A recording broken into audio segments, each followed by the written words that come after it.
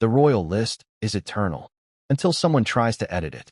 What happens when the most influential monarchy in the world meets the most viral rumor machine on Earth? You're about to find out.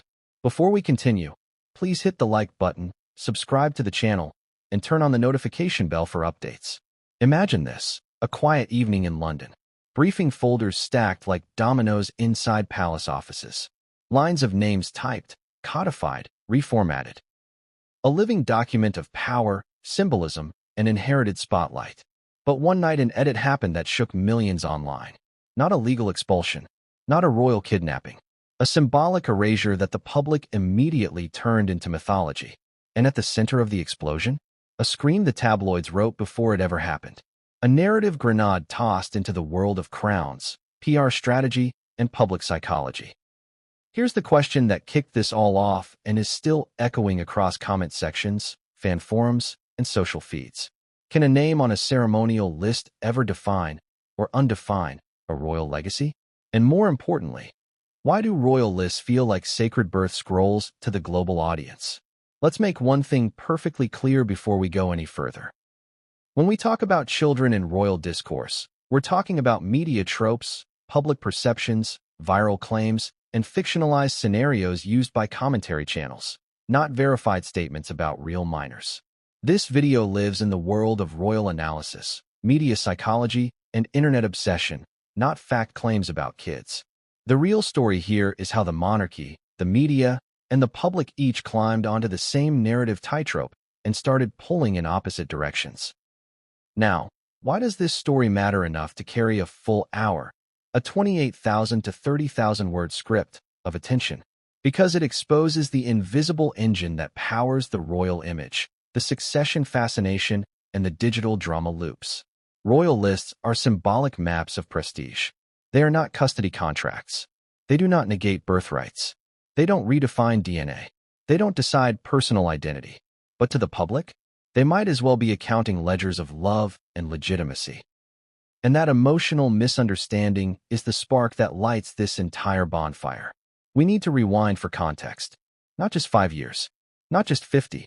We need to understand the cultural weight of the word royal. Royalty used to be geographic. If you weren't near the crown, you weren't royalty in the story. But the digital age changed the gravitational pull. Now, someone can live thousands of miles away and still be coronated by public imagination. Princess Diana proved that a royal could be global. Harry and Meghan proved a royal could be American adjacent. The public then proved a royal could be mythic instead of local.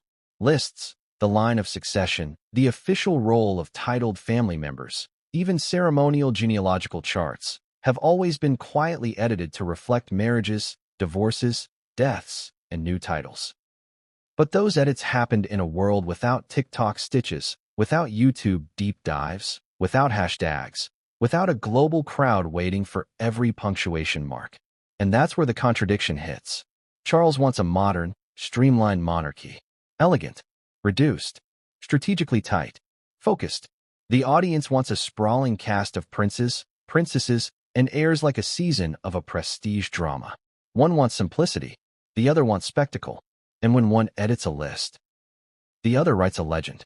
Let's look at the monarchy's perspective first. King Charles has spent decades attempting to modernize the British monarchy, emphasizing environmental advocacy, reducing the number of active working royals, and reshaping the institution's public communications. He views symbolic tools, lists, communications, genealogical pages, as part of a broader strategic mission. Refining the monarchy to survive media cycles, public scrutiny, and institutional relevance in a modern world. From his lens, a royal list is like a team roster, a communications asset, useful, strategic, streamlinable, not personal, not emotional, not parental, but navigational. It shows the institution, not the private household. But from the public's perspective, the royal list is destiny, a ranking, a scoreboard, a proof of belonging document, a hall of mirrors reflecting who's inside, who's outside, who counts, who matters. And when the public never sees the children being ranked, the mind fills in the missing footage. Speaking of missing footage, that's the obsession. The world has spent nearly 5 years projecting identities onto Sussex royal children it barely sees. They've become a Rorschach test for belonging, for monarchy modernity, for diaspora royalty, for the internet's fixation on relevance and exclusion. Archie and Lilibet are part of arguably the most narrativized generation of royal children in history, because while the institution treats them like private minors outside daily ceremonial duty, the public treats them like decommissioned main characters. And the rumor machine added gasoline. Ghost kids, secret children, invisible royals, phantom prince and princess, children removed from optical lineage, vanished heirs. It's mythology, not documentation. But why did the edit send shockwaves? Let's use an analogy. Imagine being added to the cast list of a global Netflix series that everyone talks about, but you only appear in one background scene. Then one day your name is quietly removed from the promotional poster, not the actual film. Fans freak out. They don't know the contract details. They don't care. They just care about the symbolism. That's what happened here. Late 2024.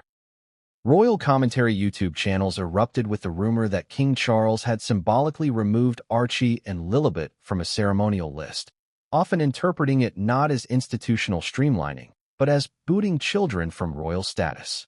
This rumor was not verified and is treated here purely as a viral narrative example used in media commentary, not as a factual claim about real minors. The public panicked, not because of the mechanics of a document, but because of the implication of belonging. And then came the imagined reaction. Meghan screams. Not literally recorded, but culturally expected. Here's why that matters psychologically. Meghan has always been narrativized as emotionally expressive by media commentary, someone who reacts bigger than the institutional environment around her. In viral storytelling, emotional volatility becomes a narrative shorthand for authenticity, fear of loss, or battle for agency. The scream in headlines is symbolic, a dramatic visual cue that audiences are conditioned to understand. It's emotional punctuation. So right now, while royal analysts debate the meaning of the lists, the public debates the feeling of the edit. Let's clarify lists to ground the story. Line of succession equals the constitutional order of inheritance to the British crown. Rarely changed and based strictly on birth and parliamentary statute.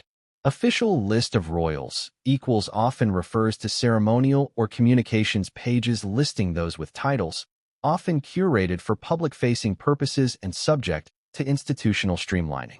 Genealogical listings equals symbolic catalogs, sometimes edited for clarity or PR purposes. Do not negate lineage or legal birthright. So let me ask you again. If your name gets edited out of a club newsletter, are you no longer born into that family? Do you lose your identity if a logo gets updated? Is prestige the same as parenthood? Or is your obsession really about the list or about the story you want it to tell? Because that's the heart of the matter. The monarchy operates in tradition, layers of protocol, and image strategy. Hollywood operates in narrative, media negotiation, and symbolism. The internet operates in legend. And this story hits all three pressure points at once. Now let's zoom out to why it matters right now. 2025 is shaping up to be the year monarchy goes fully digital in how it manages its optics, public attention, and international image building. Every small symbolic gesture, communication tweak, or roster streamlining is amplified by a global audience that is more emotionally invested than ever before. It's not about whether the kids are real. It's about how royal they feel as characters in our collective media imagination. And there's an irony lurking here that we will pay off later. The harder some narratives fight for ceremonial relevance, the more those narratives fuel the monarchy's desire for strategic streamlining. One side thinks it's protecting legacy. The other side thinks it's protecting institution. Both think they're doing the right thing. The world thinks someone's lying. And the truth sits in the gap, smirking. But what came next would change everything, and no one saw it coming. Not the palace. Not Hollywood. Not the audience. What happens when something as seemingly bureaucratic as a list becomes the emotional battlefield for an entire monarchy? Why did a name shift, or deletion, depending on who you ask, trigger a full-blown internet war? And why, in 2025, do millions of people still care about a ceremonial document tucked inside a centuries-old institution? Because a list isn't just a list when it belongs to the crown. To outsiders, it might look like royal housekeeping. But to insiders, And to the global fandom wrapped around every palace gate, it's a declaration. A boundary line between those who belong and those who've been erased. Between bloodline and branding. Between symbolic presence and strategic absence. So let's start here. Why do royal lists matter so much? It's easy to dismiss them as protocol.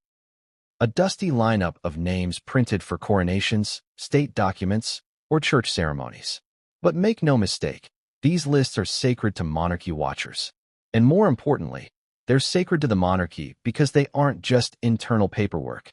They're outward-facing tools of legitimacy. These lists, whether they appear on the royal family's official website, inside government briefings, or embedded in historical publications, form a psychological glue that links tradition to continuity. You see a name on there? You know that person exists within the royal gravity field, even if they're never photographed, even if they're never spoken about, even if they're not working royals, as they like to say. And if a name vanishes, even if quietly, all hell breaks loose, especially in a digital era where one updated line can travel the globe faster than the palace can blink. Here's where it gets messy. When King Charles allegedly made that adjustment, again, symbolic, not legal, to a royal list connected to ceremonial roles and internal communications, it didn't happen in a vacuum.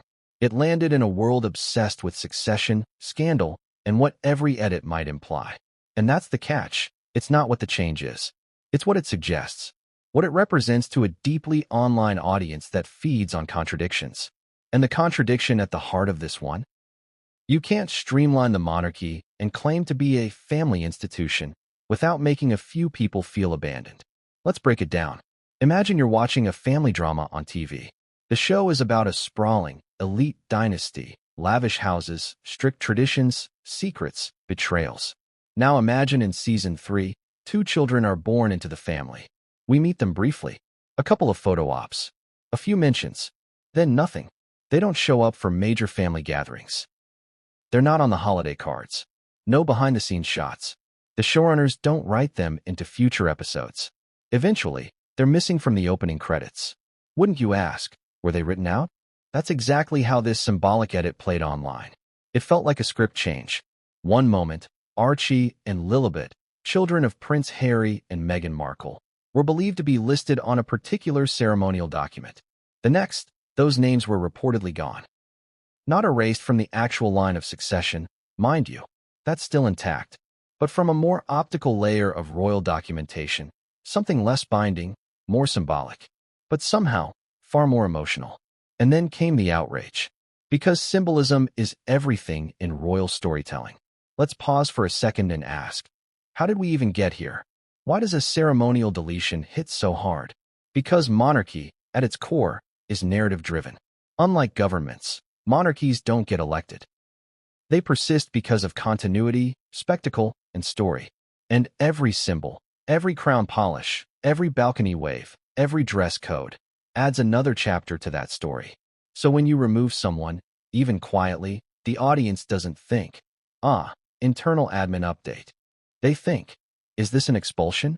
A punishment? A snub? A rejection of bloodline? An erasure of identity? And in the Sussex chapter of this saga, that's a volatile assumption to make. Because Harry and Meghan didn't just leave the firm. They became global brands, political metaphors, content creators, protagonists of their own royal reality show, one that runs parallel to, and often in tension with, the monarchy they left behind. Which means everything done by either side is interpreted as a move on a strategic chessboard. And when Charles allegedly streamlined that list, the internet screamed checkmate. Comment sections exploded. Conspiracy threads surged. Content creators jumped on live streams. Some accused Charles of cold-blooded disownment. Others claimed it was long overdue. A few defended it as logical succession planning. And a loud group framed it as proof that the monarchy was never going to accept Meghan's children as legitimate royals. That's the emotion behind the keyboard. But what if the reality is simpler and darker? What if this wasn't a power move at all, but an institutional default? Let's look closer. King Charles has been on a mission to slim down the monarchy ever since taking the throne. His vision is one where only core working royals represent the institution, cutting costs and reducing public criticism. That means siblings, cousins, Even children who don't perform official duties, they're gradually repositioned to the sidelines. Still family, still royal, but not part of the machinery. So is it really surprising that Archie and Lilibet, raised in the US, not publicly presented and removed from royal life, wouldn't be included in certain public-facing ceremonial documents? In theory, no. In execution, devastating. Because here's the contradiction the monarchy faces in the digital age. The more it treats things like internal restructuring, the more the public sees it as emotional betrayal. And no amount of palace clarification can change that gut reaction, especially when the people being restructured are children. Now pause.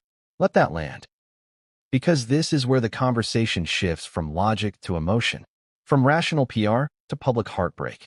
What does it feel like to see two children, symbolic though they may be, vanish from the optics of royal continuity? To fans of Harry and Meghan, it felt like the final insult. To defenders of Charles, it felt like long overdue realism. To casual viewers, it felt like something bigger was brewing behind palace doors. And to the click-hungry corners of the internet, it was narrative gold. Suddenly, every past royal event was being reinterpreted through the lens of exclusion. Did Charles ever publicly mention them during speeches? Why weren't they included in family group shots? What about titles? Why the hesitation? Was this the monarchy ghosting its own? You see how fast it spirals? And then comes the imagined scream. Meghan's scream isn't a quote. It's not in an official transcript, but it became the title of 1,000 videos. The thumbnail of outrage. A scream invented by public imagination, but treated like canon by those emotionally invested in her journey. Because Meghan has become a lightning rod. She's either seen as the woman who broke royal tradition to protect her children and speak her truth, or the outsider who could never assimilate into centuries of protocol and demanded the spotlight instead. Depending on your view, this alleged list change was either justice or tragedy. But the real question is this. What happens after the scream? What happens when a family is split between two empires, Windsor and Montecito, and both claim to protect legacy? What happens when edits to ceremonial lists are treated like edits to someone's soul? The answers are murkier than any press release can explain. Because this isn't just about names on a document.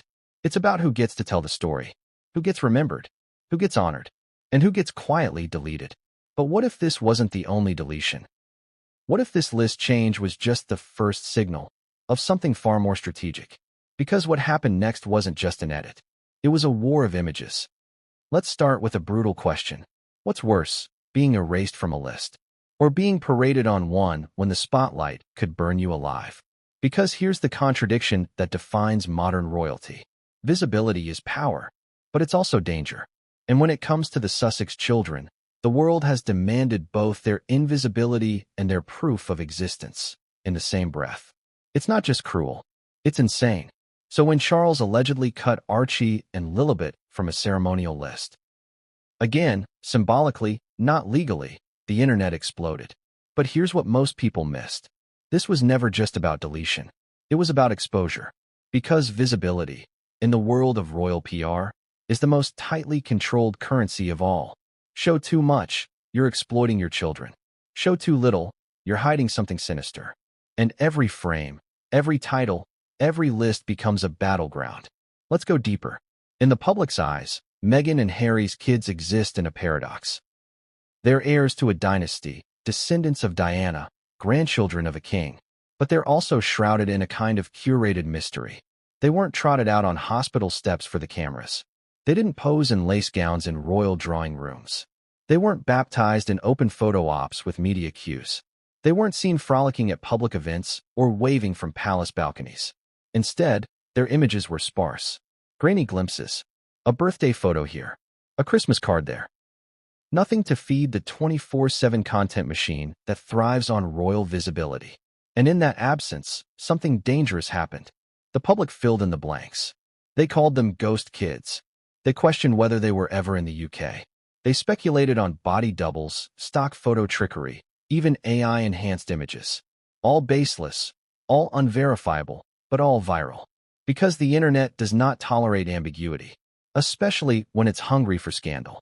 Now pause and ask yourself this. What if Meghan and Harry had shown everything? What if there had been royal-style christenings, polished portraits, balcony waves? Would that have saved their children from criticism? Or would it have fed the same monster in a different costume? You know the answer. Because when you're part of the Windsor orbit, no decision goes unpunished. Too private? You're hiding something. Too public? You're exploiting the crown. And when it comes to Meghan, the media's punishment is often doubled. Let's not sugarcoat this. Meghan has been a magnet for contradiction since day one. She was praised for modernizing the monarchy and slammed for breaking it. She was celebrated for speaking out and dragged for making it about herself. She was accused of demanding titles for her children and then mocked when those titles became points of controversy. So when the alleged list deletion happened, the scream wasn't just about erasure. It was about optics. Because it wasn't just a symbolic edit. It was a message. At least, that's how Meghan's defenders saw it. A message that said, "You want privacy? Fine. You're not on our roster. You want to step back? Then step out completely. You claim to be royal, but only when it suits you." And here's where the contradictions become unbearable. Meghan and Harry have insisted, again and again, that they want privacy for their children. No flashbulbs, no press packs, no gilded expectations, no royal protocols. But the public doesn't work that way. They don't separate privacy from presence. They equate silence with suspicion, and suspicion metastasizes. Let's be real. This isn't about actual children anymore. This is about control. Who controls the narrative? The firm? The tabloids? The Sussexes? Or the millions of fans, trolls, and casual observers who feel entitled to every update? It's a war of visibility. And Meghan, for better or worse, became the symbol of that war. Which is why the list matters. Because even a ceremonial roll call becomes a kind of scoreboard in this battle for control. And Charles knows it. See, Charles doesn't make moves without calculation. Every statement, every omission, every page on the official royal site goes through layers of clearance. His slimmed-down monarchy campaign isn't just about budget. It's about image. And Meghan? She complicated that image. Now imagine being Charles in this situation. You've inherited a global institution bruised by scandals, rocked by PR disasters, and struggling to stay relevant in a world that doesn't want monarchs. It wants influencers with crowns. You're trying to reshape that brand into something sleek, modern, and quiet. But your estranged son and his outspoken wife are building a competing empire. Louder, flashier, more emotionally driven. So what do? You tighten the optics. You remove ambiguity.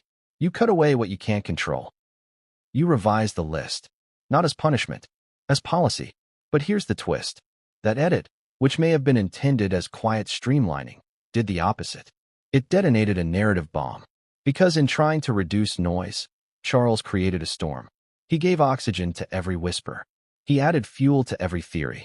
He confirmed, in the minds of the public, that something deeper was at play. It wasn't just a list. It was proof. Proof that the Sussex kids were being iced out. Proof that Meghan had lost her final battle with the firm. Proof that Charles had drawn a red line, and it ran through the next generation. Of course, the truth is almost certainly more boring. It was probably a clerical adjustment, a communications shift, a strategic alignment with new working protocols. But truth doesn't matter when legend spreads faster. And legend says this. Charles deleted 2 children from royal history. And Meghan screamed, not a scream of rage, but of finality. A scream that said, "You've made your choice. We're not coming back. Now stop and ask yourself, is this fair? Are we, the audience, complicit in creating this drama? Did we demand proof of children who were never meant to be public property? Did we build a palace of speculation and trap those kids inside? Because here's the emotional gut punch most people ignore. You can't beg for privacy and prestige at the same time. You can't reject the system and expect it to keep your name in lights. You can't walk away and still expect to be counted. Or, can you? Because that's the real debate. Should birthright extend beyond participation? Does royal blood earn permanent inclusion, even when the child's parents reject the institution? Some say yes, others say no. But the firm? The firm doesn't say anything. It just edits. And that silence? It echoes louder than any scream.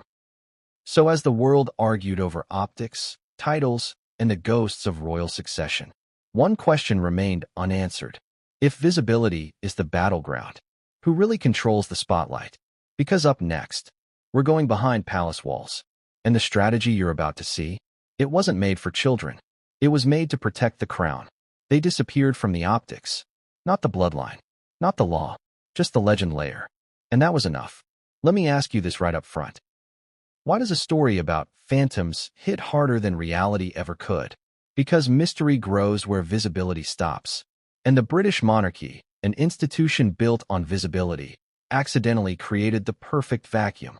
The moment the world sensed Archie and Lilibet were missing from monarchic optics, not literally missing, but narratively absent from ceremonial listings, public rosters, or symbolic family roll calls discussed online, the Sussex children became something far bigger than any palace document could have prepared for.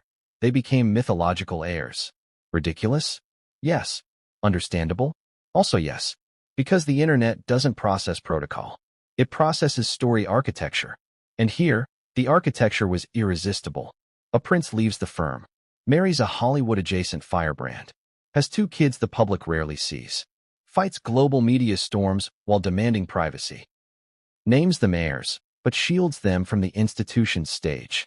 Then, according to viral commentary, not verified fact, certain ceremonial or PR-facing royal lists get streamlined under Charles's long-term campaign to reduce the number of publicly profiled titled members. And suddenly, their names aren't part of that specific outward optics layer. Boom. Origin story of the Phantom Heirs, Season 1, Episode 1. Let's break down why the myth exploded like dynamite. Royal succession and titled family listings are often conflated by viewers. People don't separate constitutional law from ceremonial presentation. They assume lists are birthright scoreboards, emotional receipts, or lineage validators. When a royal child is not shown on the institutional poster, they are de facto ghosted in the public imagination, not expelled from reality, but recruited into myth. In historical parallel, think about the persistent myth of Grand Duchess Anastasia. The last Romanov was executed in 1918, yet for decades rumors spread that the youngest daughter escaped, lived under a secret identity, or was hidden by political actors. The myth of a survivor heir outlived forensic reality because royal families and secret dynasties have always triggered the same psychological question. What if someone survived unseen? What if someone was hidden by power? What if a document, a photo, or a speech changed everything we thought we knew? Now apply that obsession to the Windsors in the age of 4K live streams, Twitter tribunals, and YouTube detectives. You're not just watching a myth. You're watching an audience creation engine. So why Phantom Heirs? Because a dynasty thrives on a complete cast. For the public, royal families are like cinematic universes. Multi-generational IP, constant tension, legacy heroes, villains, redemption arcs, magical dresses, courtroom battles, unspoken alliances. And children are the emotional sequel promises, the future investment characters that give people long-term cushion for relevance and hope. So when the Sussex kids were not part of a particular ceremonial optics layer of a publicly discussed list, the audience didn't think. They are minors raised outside working royal duty. They thought. They're hidden main characters we weren't allowed to see. Are you following just how predictable humans become in the absence of data? Because every vacuum pulls myth into its shape. Let's go deeper, because we have to. We have 2,000 words to give this the proper royal autopsy. Monarchical lists have different layers. There is the constitutional succession line, determined by parliamentary statute and birthright. That list is stable because it's about who can inherit the crown, not who does office work at the palace. Then there are ceremonial or PR-facing family listings, used to communicate active roles, public relevance, or those holding recognized titles in public capacity. Those lists are fluid. They get updated for strategic optics, institutional slimming, or workforce clarity. But audiences don't read footnotes. They read mythology. So the myth built itself from these public misalignments. The children weren't presented ceremonially at birth in the traditional public spectacle loop. They lived primarily in the U.S., outside working royal duty. Palace communications rarely featured them in the main ceremonial cast. Meghan and Harry emphasized privacy, limiting institutional photo frequency. When ceremonial lists were streamlined under Charles's long-term PR strategy, and official institutional communication plans, interpreted online as deletion. The public conflated symbolism with dissonant. Conflated, not confirmed. But who benefits from myth? Narrative channels, not government offices. Because rumor equals retention. Speculation equals view duration. Outrage equals algorithmic propulsion. That's the holy PR trinity in 2025. Now here's the punch. If the firm had shown the government-perfect breakdown of lists, protocols, and symbolic roles in the first place, this story wouldn't exist. No vacuum, no legend, no titles trending, no one-hour deep dives, no screaming thumbnails, no phantom airs, just administrative tranquility. But serenity doesn't pay the bills, or the YouTube CPM. So myth stepped in to do the job emotion usually performs. Let's understand Meghan's POV as interpreted by the public, not official transcripts, the public interpretation POV. For millions online, Meghan is not just a royal spouse. She is an origin archetype, the voice of the diaspora royal, the challenger of protocol, the disruptor of ceremonial gatekeeping. The mother who protects children from visibility but still battles for their symbolic relevance to the crown's optics. Yes, even privacy becomes brand fuel in the narrative matrix. And so, public perception assigns her these emotional layers whenever symbolic imagery shifts against her PR dreamscape. She is defending legacy, not list formatting. She is reacting because removal equals narrative violence. She is screaming because someone else hit publish on her children's royal poster before she could design it. Again, symbolic in rumor, not literal in claim. Now let's look at Charles's side of the frame, because in a one-hour script, we have to build both castles before we burn one down. Charles is not a villain in royal policy. He is an institutional editor. He's the CFO of symbolism, the PMO director of royal optics, the monarch who asks, how many public characters can an institution support before narrative weight becomes unsustainable? His answer? Fewer than the audience wants.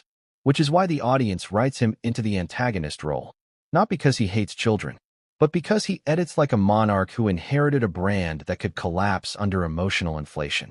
Let's add irony, because irony reignites curiosity more effectively than anger. Meghan and Harry built a public narrative around privacy. Charles built a public narrative around slimming the institution. Both narratives intersect violently, because one person withdrawing visibility empowers another person reducing roster size. In other words, they didn't collide in hatred. They collided in strategy. But the public doesn't metabolize strategy. It metabolizes betrayal. That brings us to the lore explosion. What is lore? Lore is what happens when a story doesn't have enough footage. In 2025, lore is faster than law. Royal YouTube commentary channels weaponized this mythic vacuum. Why? Because absent heirs drive longer narratives than present ones. Suddenly Archie and Lilibet weren't just children of a prince. They were lost story princes. Children deleted before the sequel. Phantom royals who exist more vividly in rumor than ceremonial rosters. And the firm's silence made it worse. Silence is a megaphone when speculation is already listening. Look, royal lists aren't verse scripture. They aren't immutable. They aren't parental verdicts. They aren't denial of existence. They are symbolic UI components of a monarchy brand stack. They get streamlined, updated, corrected, reformatted, and sometimes they become content tripwires. So here's the emotional tug you'll pay off later in your script. The audience crowned the kids through imagination. The firm protected them through protocol. And Charles edited lists through strategy, which made Meghan scream through expectation. Not because any document changed DNA, but because any document can change story momentum. And this story momentum? It just accelerated. Because up next, we're going to examine the emotional and institutional power of a monarchy roster edit that turned into global narrative lore. But the deeper we dig, the more this whole thing stops being about the children and starts being about who controls legacy math itself. But what came next would change everything, and no one saw it coming. So here we are, a monarchy in transition. A father as king, a son in exile, two children caught in the liminal space between bloodline and branding, and one list that changed everything. Not legally, not physically, but emotionally, optically, permanently. But let's back up. Strip away the screaming headlines, the conspiracy TikToks, the angry YouTube rants. Let's look at this like a strategist. Like a man trying to salvage a centuries-old brand in a world where loyalty has the shelf life of a tweet. Because that's exactly what King Charles is up against. And here's the uncomfortable truth no one wants to say out loud. Charles doesn't have a family problem. He has a brand problem. And that brand, the monarchy, is on the verge of collapse not from scandal, but from saturation. Too many names. Too many roles. Too many off-brand players. Too much public narrative spin outside the firm's control. So what does a modern monarch do when the world won't stop watching, but starts questioning everything? He trims the fat. Enter this slimmed-down monarchy. That's been Charles's mission long before he ascended the throne. Whispered in corridors, floated in off-the-record briefings, threaded through speeches, reinforced in jubilee lineups, balcony groupings, and official state appearances. The logic? Less is more. Fewer working royals equals less public resentment over taxpayer funding. Fewer ceremonial obligations equals tighter control of image. Fewer side scandals equals less reputational risk. But here's where the royal rubber meets the narrative road. When you reduce bodies in a monarchy, you inevitably reduce faces. And when you reduce faces, you rewrite the public's emotional map. And when you do that, especially in the age of social media, you start a wildfire. Because the public doesn't want less royalty. They want better royalty. And better, to them, means more access, more glamour, more drama, more characters. But Charles? He doesn't want characters. He wants consistency. He doesn't want a monarchy of media influencers. He wants a monarchy of dignified minimalism. Which brings us to the list. Symbolic or not, that edit, that alleged removal of the Sussex children from ceremonial or representational listings, was not a personal attack. It was part of a broader strategy to take control of the crown's chaotic image factory. Because let's face it, the royal family has become a media franchise with spin-offs, feuds, leaks, NDAs, and rival streaming deals. Charles didn't just inherit a throne. He inherited an empire in PR freefall. And the first step to fixing a brand? Control your brand touchpoints. Website, titles, lists, public-facing rosters. These aren't just paperwork. They're your homepage, your Netflix banner, your Spotify bio. You curate them. And that's exactly what Charles did. In the cold, clinical, corporate way only a man raised in gilded isolation could do. But the public? They didn't see a CEO managing assets. They saw a grandfather ghosting his grandchildren. That's the brand problem. Let me paint it another way. Imagine if Apple quietly removed Steve Jobs' children from the About Us page on its legacy site. Even if they weren't involved in operations. Even if they didn't want the spotlight. Even if they asked not to be featured. The symbolism would explode. Because brands aren't allowed to feel cold, even when they're trying to be efficient. And Charles, for all his environmentalism, his soft-spoken charm, his reformist streak, has always struggled with that perception. He is not seen as the warm-hearted patriarch. He is seen as the institutionalist, the suit, the strategist, the man who will make the tough call, even if it means burning bridges to the next generation. Now let's get personal. Charles watched his own parents, Elizabeth and Philip, rule with emotional distance. Duty above all. Feelings as secondary. Appearances as everything. He rebelled against that as a young man. He wanted art, emotion, philosophy, warmth. But life, and the firm, hardened him. The Diana disaster, the Camilla wars, the tampon tapes, the public resentment, the press battles. All of it beat into him one message. Don't be too visible unless it's approved. Don't be too human unless it's curated. Don't let anyone, especially family, become bigger than the institution. That's the trauma Charles rules from. And that's the trauma he now projects into every strategic move. So when he edits a list, it's not personal. It's preservation. But the internet doesn't care about context. It cares about optics. And the optics here were nuclear. Grandfather deletes grandchildren from the royal family section, even symbolically, even procedurally. Boom. TikTok meltdown. Boom. YouTube rants. Boom. American late-night jokes. Boom. British media split down the middle. Boom. Sussex fans declaring war. No wonder Meghan's hypothetical scream became the imagined soundbite of the moment. Because the internet needed someone to react emotionally to what Charles had done coldly. And it gave the audience what it craved. The battle of emotion versus order. Heart versus crown. Mother versus monarch. And in that dichotomy, Charles became exactly what he never wanted to be again. The villain. Now don't get me wrong, Charles isn't naive. He knew backlash would come, but he calculated that the long-term control of the monarchy's brand was worth short-term fury.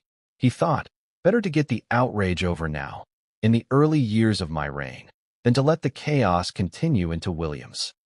Because everything Charles does now is about one thing: ensuring William inherits a monarchy that can still survive. And that means burning a few bridges, silencing a few names, streamlining a few lists, even if those names belong to his son's children. Is it cold? Absolutely. Is it strategic? Without question. Is it fair? Well, that's where you come in. Ask yourself, if you were trying to protect a 1,000-year-old institution from imploding under modern scrutiny, would you do any differently? Would you allow two children, raised abroad, invisible to the public, outside of protocol, tied to parents who profit from anti-monarchy narratives, to remain on ceremonial rosters as if nothing had changed? Or would you quietly make a cut and hope no one noticed? And when the scream comes, not literal, but symbolic, would you address it? Or let silence do the talking? Because Charles chose silence, and the scream echoed louder because of it. But here's the cruelest irony of all. In trying to protect the brand, Charles may have broken it further. Because brands don't thrive on cold logic. They thrive on emotional connection. And what's more emotional than a grandfather cutting off his grandchildren? Even if it's just from a page. Even if it's just from a list. Even if it's just in the public-facing optics. To the world, it felt like exile. And exile, in royal history, always writes the best drama. But what if Charles isn't the only one playing the long game? What if Meghan's silence is strategy? What if Harry's memoir was just the first chapter? What if the palace's next move isn't about lists at all? Because coming up next, we peel back the curtain on the internet firestorm and discover just how weaponized royal data has become. The first domino wasn't the edit. It was the upload. A single screenshot, an updated page, a whisper-turned caption, a post, a share, a stitch, a scream, and suddenly, the entire internet caught fire. Welcome to the meltdown. Because when it comes to the British monarchy, especially anything involving Meghan, Harry, and their children, the digital ecosystem doesn't operate on truth. It runs on engagement. And nothing drives engagement faster than perceived betrayal, veiled in mystery, topped with legacy. That's the blueprint. And the alleged list deletion triggered every wire in the system. So how did this story, which, to be clear, involved no legal removal, no public statement, no confirmed titles being revoked, spark a week-long internet inferno? Easy. The audience was already primed for it. Let's break down the anatomy of a modern royal firestorm. Because this wasn't a random viral spike. It was a pre-installed, pre-wired, algorithm-fed explosion waiting to happen. And the moment someone noticed a change, or thought they noticed, in the publicly accessible royal family pages, the machine roared to life. Stage 1, the seed drop. It always starts with one screenshot, one before and after, one side-by-side image showing what was versus what is. Even if nothing was officially removed, even if it was a layout change, even if the list was never about active roles in the first place, it doesn't matter. The mere suggestion of erasure becomes the ignition, and that screenshot, blurry, cropped, maybe from a cached page, gets posted with one line. Why did they remove Archie and Lilibet? Not did they. Not when they. Why? The why is bait. It assumes motive. It assumes guilt. It assumes malice. And it puts the crown on trial, in real time. Stage 2, the tribal surge. If you've never seen royal Twitter and TikTok in meltdown mode, it's like watching Game of Thrones in 20 languages, edited by conspiracy theorists with access to Adobe Premiere. Within minutes, it splits. The Sussex supporters declare war. Charles is erasing his own bloodline. The monarchists push back. They stepped away. This is protocol. The skeptics stir the pot. Have we ever seen those kids in real time? The drama addicts just watch it burn. Let me grab popcorn. This is better than The Crown. Reaction content spikes. Podcasters fire up impromptu live streams. YouTubers rush to publish emergency breakdowns. Reddit threads swell to 700+ comments in hours. TikTok edits emerge with spooky music, Meghan's wedding clips, and an old Oprah interview cut with grainy text. They tried to erase her. Now they're erasing them. It's spectacle. It's chaos. It's delicious. And it's exactly what the internet is designed to do. Stage 3. The weaponization of lists. Now comes the pseudo-intellectual phase. Enter the list historians, the constitutional experts, the self-proclaimed royal advisors who suddenly flood the timeline with pixelated succession charts, archived screenshots of royal.uk, and page sources nobody understands, but everyone retweets. They create elaborate explainers with titles like Understanding Royal Protocol, Why Archie and Lilibet Were Always on Thin Ice, or The Monarchy's Dirty Secret, How They Use Titles as Control. These aren't journalists. They're not even close. They're attention architects. And what they build? A palace of speculation dressed up as research. They cite themselves. They loop each other's claims. They reference outdated PDFs like gospel. And soon, the public, unable to distinguish real from reframed, starts repeating their words as fact. Did you hear? The king officially deleted them. Gone from the line of succession. They've been excommunicated. Imagine deleting your own grandchildren from royal history. Stop. Breathe. None of that was confirmed. But by the time reality catches up, too late. The meltdown's already mid-boil. Stage 4. The emotional hijack. This is where it gets sinister and oddly poetic. Once the internet latches onto the idea of erased children, it transcends protocol. It becomes personal. It becomes about abandonment, about erasure, about family loyalty, about racial dynamics, about institutional punishment, about history repeating itself. You think it's about a list? No. Now it's about Diana's ghost. It's about exile. It's about how the crown punishes rebellion, especially when it comes with melanin and microphones. And Meghan? She becomes the vessel for all of it. The scream that never happened. The one people imagine she let out when she saw her children allegedly removed from ceremonial optics becomes symbolic. A scream of rage. A scream of pain. A scream of "you'll never touch my babies." And the internet devours it. They add slow-mo filters to her past interviews. They pair it with moody piano. They caption it with, "We tried to be part of your world. You slammed the gates." It's not a list anymore. It's an exorcism. Stage 5. The royal silence. The palace says nothing. And that silence? It is both strategy and gasoline. Because now the public fills the silence with their own truths. If it wasn't true, they'd deny it. Silence is confirmation. They know what they did. But that's the trap. The monarchy never confirms viral chatter. They don't refute TikToks. They don't correct podcasts.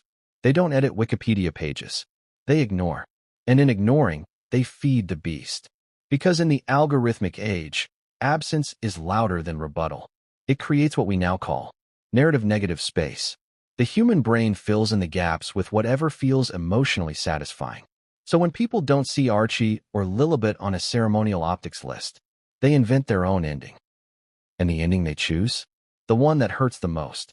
Stage 6. Monetize the outrage. Now it gets dark. Because this isn't just about visibility.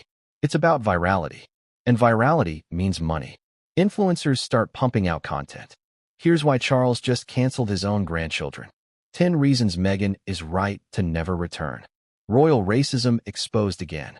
They get hundreds of thousands of views, tens of thousands of likes, affiliate clicks, brand deals, super chats. And just like that, the erasure becomes currency. This is the real economy of modern monarchy. Not pageantry, not sovereignty, not taxpayer grants, but clicks. The crown is no longer just on heads. It's in thumbnails. It's in headlines. It's an SEO. Stage 7. The content hangover. After every firestorm comes the fog. Journalists start walking it back. There's no official statement confirming the children were removed. Sources say the succession list remains unchanged. Experts clarify ceremonial listings are not birthright revocations. But by now, it doesn't matter. The public has already chosen their version. You can't unghost a child. You can't unscream a mother. You can't undelete a family, even if they were never deleted in the first place. And that's the power of the meltdown blueprint. One change, one screenshot, one emotionally loaded phrase. Meghan SCREMS. That's all it takes. Now ask yourself, was this truly about Charles's brand decision? Or was it always going to be a war? Because the moment you let symbolic documents live on the internet, you give them a pulse. And the internet does not forget. But what if this wasn't the first time something was scrubbed? What if deeper edits were already underway? Because up next, we're diving into Meghan's portrayal across the royal timeline, and how one list may have accidentally triggered her most dramatic PR pivot yet. She walks into a room, and people already have their verdict. Icon, villain, victim, disruptor, opportunist, revolutionary, diva, martyr, strategist, sinner, savior. There is no neutral zone with Meghan Markle. She's the woman who broke the palace, or the one it tried to break. Depends on who you ask. And that, right there, is the problem. Because in the world of modern royalty, public image is everything. And Meghan's image? It's been through more character arcs than an Oscar-winning screenplay. Let me ask you something. Have you ever watched someone go from hero to anti-hero to misunderstood protagonist, all within a single news cycle? Because that's Meghan's reality. And the Phantom Kids list drama, real or perceived, didn't just trigger outrage. It resurrected her volatility. In fact, it may have been the very spark that forced her team, her allies, her brand handlers, and yes, probably Meghan herself, to confront one painful truth. The world still doesn't know what box to put her in. And worse, it no longer trusts any of them. Let's rewind. Back when Meghan first entered the royal narrative, with that blinding engagement photo, the white coat, the glowing smile, and Harry by her side, she was positioned as a breath of fresh air. Modern, biracial, American, articulate, empowered. The British press didn't know what to do with her. And so, for a few precious months, they tried everything. Is Meghan the new Diana? Will the Duchess shake up the monarchy? Finally, a royal who understands social media. But then the winds changed. Subtle at first, then swift, then ruthless. She closed her own car door. She was too independent. She touched her pregnancy bump. Too performative. She guest-edited Vogue. Too political. She wore expensive dresses. Too Hollywood. You see the pattern. The British tabloid machine doesn't like women it can't predict. And Meghan? She was an unsolvable equation. So what did they do? They flattened her. From multidimensional to polarizing. From woman to character. From duchess to disruptor. But Meghan didn't fold. Instead, she pivoted hard. She left the palace. She took Harry with her. She signed deals. She filed lawsuits. She did Oprah. And in doing so, she stepped into a new spotlight, not controlled by courtiers, but curated by content platforms. She became a brand. Archetypes. Meghan, the podcast. Meghan, the producer. Meghan, the children's author. Meghan, the Netflix narrator. Meghan, the keynote speaker. She tried everything. But here's the problem. Every move deepened the divide. Not just between her and the monarchy, between her and the public. Because at a certain point, her volatility stopped being media-driven. It became internalized. You know it when you see it. An announcement gets posted and immediately garners backlash. A photo is released and dissected for Photoshop. A public appearance sparks both admiration and mockery. She is praised for her poise, then slammed for being cold. She is called strategic, then accused of overreaching. She is hailed as relatable, then mocked as tone-deaf. She can't win, and maybe she knows it. Which brings us back to the Phantom Heirs drama and the way the internet imagined Meghan screaming when the ceremonial list allegedly excluded her children. Because that scream? It's not about volume. It's about volatility. The world expects Meghan to react. Loudly, emotionally, dramatically. It's the role she's been assigned. And she's stuck in it, no matter how she plays the scene. So when that list change hit social media, Meghan didn't need to say a word. The internet filled the silence for her. She's furious. She's devastated. She's planning revenge. She'll go to Congress if she has to. All speculation. All imagined. All projected onto a woman who, this time, said nothing. But that silence, it wasn't peace. It was strategy. Because Meghan understands something now that she didn't 5 years ago. Every word can be weaponized. Every facial expression can be flipped. Every reaction becomes a headline. even if it didn't happen. So what do you do when your brand has become so volatile it combusts on contact? You retreat. You reposition. You prepare for a different kind of war. And maybe that's what she's doing right now. Because behind the scenes, something is shifting. Whispers say she's focusing on business, not biography. That she's launching new ventures without the royal tagline. That she's taking fewer interviews. That her team is restructuring. And you have to ask, did this latest firestorm, over a list she may not have even cared about, show her something terrifying? That even her children can't escape the volatility? Because that changes the game. It's one thing to be the most polarizing woman in royal history. It's another to watch that polarity spill into your bloodline. And if there's one thing Meghan has always made clear, love her or hate her, it's that she protects her children above all. So what happens next? Does she retreat fully? Does she rebuild quietly? Does she re-enter the arena stronger, with a brand that's finally bulletproof? Or does she burn it all down? Because volatility isn't always a weakness. Sometimes it's a weapon. And maybe, just maybe, Meghan has learned to wield it. But she's not the only one playing the volatility game. Because up next, we're pulling back the curtain on how royal children become lightning rods for everything their parents represent. And the implications go far beyond lists. Let's start with a brutal question. What's worse, being erased from a list, or being paraded on one when the spotlight could burn you alive? Because here's the contradiction that defines modern royalty. Visibility is power, but it's also danger. And when it comes to the Sussex children, the world has demanded both their invisibility and their proof of existence in the same breath. It's not just cruel, it's insane. So when Charles allegedly cut Archie and Lilibet from a ceremonial list, again, symbolically, not legally, the internet exploded. But here's what most people missed. This was never just about deletion. It was about exposure. Because visibility, in the world of royal PR, is the most tightly controlled currency of all. Show too much, you're exploiting your children.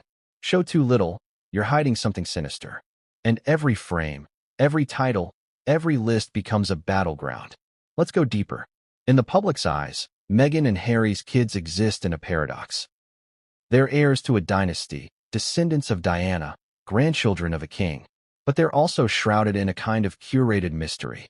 They weren't trotted out on hospital steps for the cameras. They didn't pose in lace gowns in royal drawing rooms. They weren't baptized in open photo ops with media cues. They weren't seen frolicking at public events or waving from palace balconies. Instead, their images were sparse. Grainy glimpses. A birthday photo here. A Christmas card there. Nothing to feed the 24/7 content machine that thrives on royal visibility. And in that absence, something dangerous happened. The public filled in the blanks. They called them ghost kids. They questioned whether they were ever in the UK. They speculated on body doubles, stock photo trickery, even AI-enhanced images. All baseless, all unverifiable, but all viral. Because the internet does not tolerate ambiguity, especially when it's hungry for scandal. Now pause and ask yourself this. What if Meghan and Harry had shown everything? What if there had been royal-style christenings, polished portraits, balcony waves? Would that have saved their children from criticism? Or would it have fed the same monster in a different costume? You know the answer. Because when you're part of the Windsor orbit, no decision goes unpunished. Too private? You're hiding something. Too public? You're exploiting the crown. And when it comes to Meghan, the media's punishment is often doubled. Let's not sugarcoat this. Meghan has been a magnet for contradiction since day one. She was praised for modernizing the monarchy and slammed for breaking it. She was celebrated for speaking out and dragged for making it about herself. She was accused of demanding titles for her children, and then mocked when those titles became points of controversy. So when the alleged list deletion happened, the scream wasn't just about erasure. It was about optics. Because it wasn't just a symbolic edit. It was a message. At least, that's how Meghan's defenders saw it. A message that said, you want privacy? Fine. You're not on our roster. You want to step back? Then step out completely. You claim to be royal, but only when it suits you. And here's where the contradictions become unbearable. Meghan and Harry have insisted, again and again, that they want privacy for their children. No flashbulbs, no press packs, no gilded expectations, no royal protocols. But the public doesn't work that way. They don't separate privacy from presence. They equate silence with suspicion, and suspicion metastasizes. Let's be real. This isn't about actual children anymore. This is about control. Who controls the narrative? The firm? The tabloids? The Sussexes? Or the millions of fans, trolls, and casual observers who feel entitled to every update? It's a war of visibility. And Meghan, for better or worse, became the symbol of that war. Which is why the list matters. Because even a ceremonial roll call becomes a kind of scoreboard in this battle for control. And Charles knows it. See, Charles doesn't make moves without calculation. Every statement, every omission, every page on the official royal site goes through layers of clearance.